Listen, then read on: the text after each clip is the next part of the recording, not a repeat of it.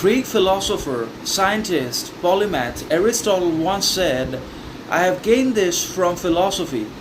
that I do without being commanded what others do only from fear or the law," meaning we must actually always be trying to think,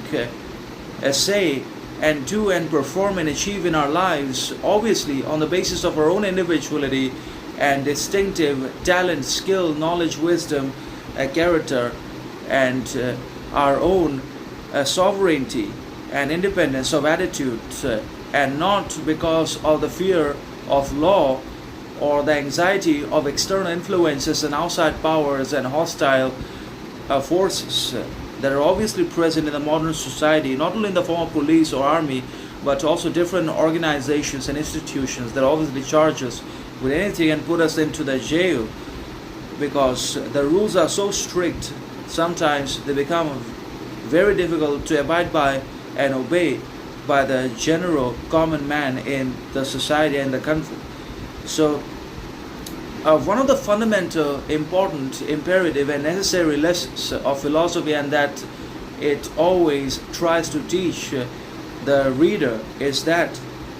we must always be able to think, say, do, perform and achieve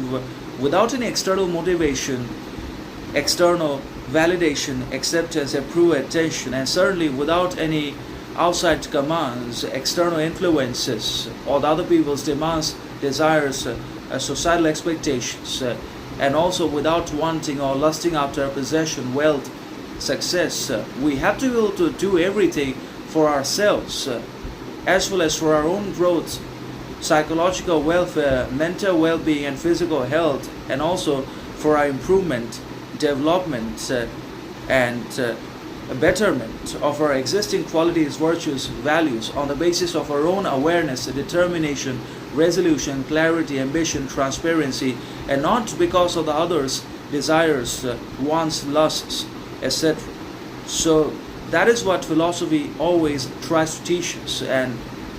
we must always learn this significant, wise, intelligent, critical, and indispensable lesson from philosophy if we read it and study it regularly, that we have to be able to obey ourselves and listen to our internal voice and intuition and intellect, because if we don't hear our voice, if we cannot obey ourselves, then we will be commanded by the others in our surroundings, because that is how all living creatures work and behave and function. If we don't rule our psyche, if we don't govern our actions and character,